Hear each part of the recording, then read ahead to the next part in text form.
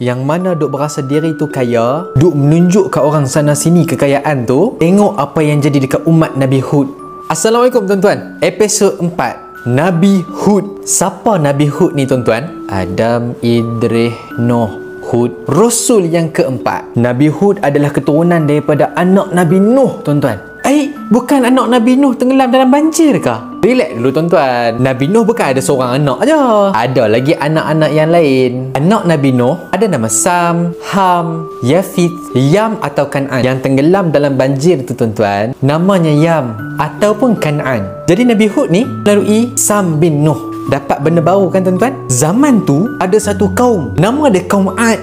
Kaum Ad ni pula mereka pandai buat bangunan tinggi-tinggi tuan-tuan. Hebat dia orang ni tuan-tuan. Dah lah pandai buat bangunan tinggi, kaya pula, otak yang cerdik. Bila ada semua tu, manusia dia mula rasa belagak dan sombong. Sampaikan tuan-tuan, mereka mula menyembah patung-patung berhala. Dan mereka lah kaum pertama yang mula sembah patung berhala selepas zaman Nabi Nuh. Dia mai balik perangai tu. Time tu lah Allah utuskan Nabi Hud tuan-tuan. Tapi macam biasa, bila dah kaya, sombong, berasa diri tu pandai, berasa hebat, Nabi Hud ajak semua orang time tu, jom sembah Allah, jangan sembah dah benda-benda macam ni. Tuan-tuan tahu tak apa mereka kata? Hud, Tuhan kami kata, pinjam 100. Doa tuan-tuan dia tak cakap macam tu lah. Jangan serius sangat. Tuhan kami kata, hang gila, hang mundur ke belakang.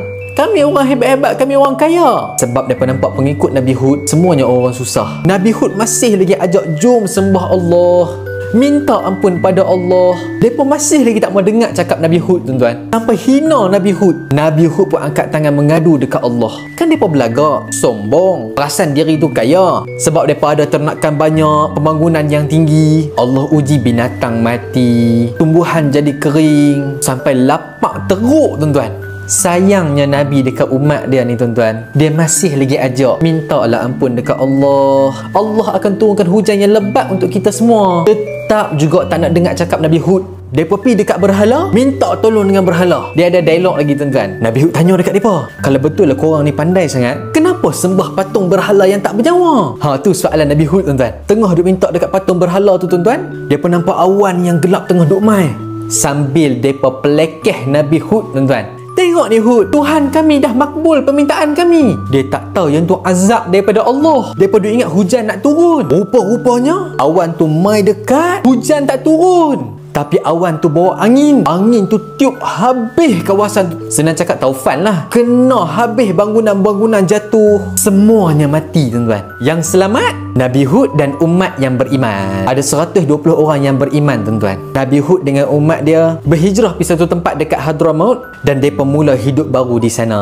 Kesimpulan dia apa tuan-tuan? Kaya macam mana pun kita, hebat macam mana pun kita, jangan sesekali lupa Allah. Mesti taat dengan perintah Allah. Ikut apa yang Nabi bawa dekat kita. Kalau tak, perangai kita sama macam kaum Ad. Minta jauh tuan-tuan, minta jauh, tak maulah jadi macam tu. Saya doakan semua yang tengok video ni, kita semua jauh daripada perangai-perangai macam tu. Amin ya rabbal alamin. Follow, like, komen, share video ni untuk semua orang. Mana tahu tuan-tuan, di kalangan kita yang Allah bagi rezeki dia lebih, dia kaya, dia sombong dengan orang. Dengan cerita ni, dia berubah menjadi orang yang lebih baik. Kita jumpa lagi. Assalamualaikum. Bye-bye.